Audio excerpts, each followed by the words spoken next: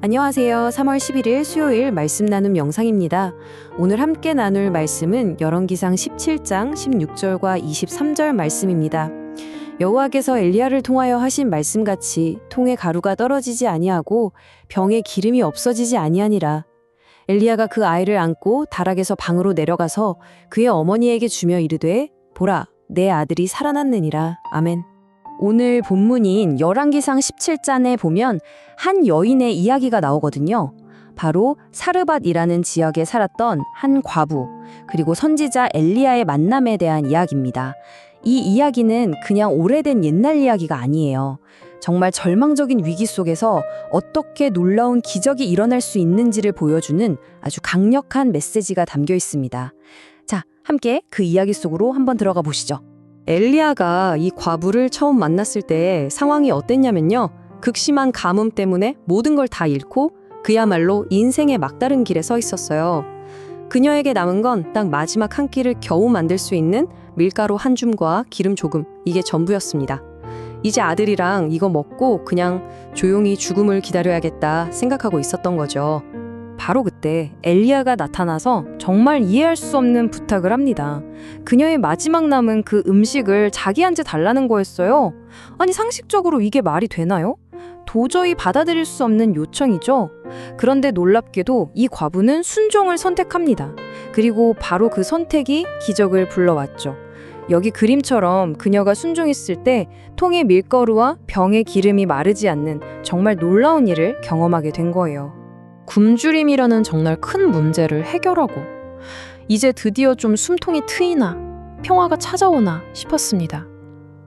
하지만 그 안도감도 정말 잠시였어요. 그녀에게는 이전보다 훨씬 더 혹독하고 잔인한 위기가 찾아옵니다. 바로 자신의 전부이자 유일한 희망이었던 아들이 그만 병이 들어서 죽고 만 겁니다. 하지만 이야기는 여기서 비극으로 끝나지 않습니다. 엘리야는 죽은 아이를 품에 안고 간절히 기도했고 하나님께서 그 기도에 응답하시듯 아이가 다시 숨을 쉬기 시작했어요.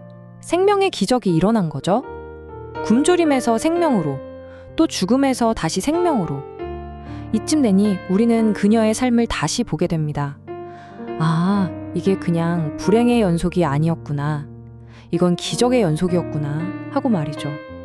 자, 여기까지가 사르밧 과부의 이야기입니다. 그런데 이 아주 오래된 이야기가 오늘을 살아가는 우리의 현실과 어떻게 연결될 수 있을까요? 지금부터 그걸 한번 살펴보려고 합니다. 사실 이 이야기의 핵심 중 하나는 어쩌면 좀 불편한 진실일 수도 있는데 바로 문제는 계속된다는 점을 보여준다는 거예요. 사르밧 과부가 겪었던 그 끔찍한 굶주림과 아들의 죽음. 물론 우리가 똑같은 일을 겪지는 않겠죠. 하지만 그 본질은 비슷합니다. 직장 문제가 겨우 해결되나 싶으면 건강에 빨간불이 켜지고 건강이 좀 나아지는가 했더니 갑자기 인간관계에 어려움이 생기고요. 우리 삶이 다 그렇잖아요? 마치 넘고 또 넘어도 끝이 보이지 않는 산처럼 하나의 문제가 해결되면 또 다른 문제가 어김없이 찾아오곤 합니다.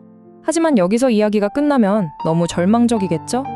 우리가 반드시 기억해야 할 이 모든 문제를 완전히 압도해버리는 더 큰 진실이 있습니다. 그건 바로 우리 삶에 계속되는 것이 문제만은 아니라는 사실입니다. 네, 바로 이 문장입니다. 우리 삶에 계속되는 것은 문제만이 아니라 우리를 향한 하나님의 은혜 또한 끊임없습니다. 그러니까 문제라는 파도가 계속 우리에게 밀려오는 것처럼 하나님의 은혜라는 파도 역시 단 한순간도 멈추지 않고 우리에게 밀려오고 있다는 것. 이것이 바로 사르밧 과부의 이야기가 우리 마음에 깊이 새겨주는 핵심 메시지입니다. 그래서 겉으로만 이렇게 쓱 보면요, 사르밧 과부의 인생은 불운과 고통의 연속처럼 보일 수 있어요. 하지만 한 걸음 더 깊이 그 이면을 들여다보면 전혀 다른 그림이 펼쳐집니다. 그녀의 삶은 사실 끊임없이 부어지는 하나님의 은혜로 가득 찬 정말 은혜가 아니면 설명할 수 없는 그런 삶이었던 거죠. 그럼 이런 궁금증이 생기죠. 아니, 어떻게 그녀는 이 거친 문제의 파도 속에서도 그 끊이지 않는 은혜의 흐름을 놓치지 않을 수 있었을까? 그 비밀은 바로 그녀의 삶의 태도에 있었습니다. 그녀의 태도를 한번 보세요. 마지막 남은 음식을 내어주는, 상식을 뛰어넘는 순종을 보였죠.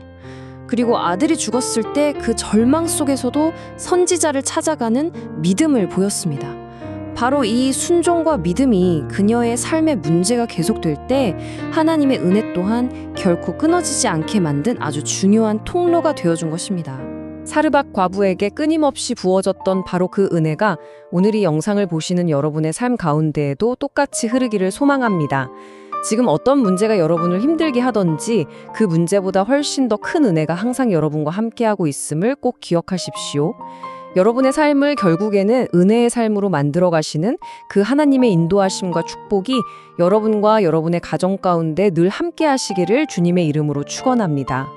기도하겠습니다. 신실하신 하나님, 오늘 하루도 주님과 함께 거하게 하여 주옵소서. 문제가 우리를 지배하지 않게 하시며 은혜로 충만한 삶을 살아가게 하여 주옵소서. 세상 속에서 말씀을 따라 하나님과 동행함으로 우리를 향한 놀라운 은혜를 잊지 않게 하여 주옵소서. 그리하여 우리 삶이 지치고 고단한 삶이 아니라 은혜로 감사의 열매가 풍성한 삶이 되게 하여 주옵소서. 우리를 사랑하시는 예수 그리스도의 이름으로 기도드립니다. 아멘.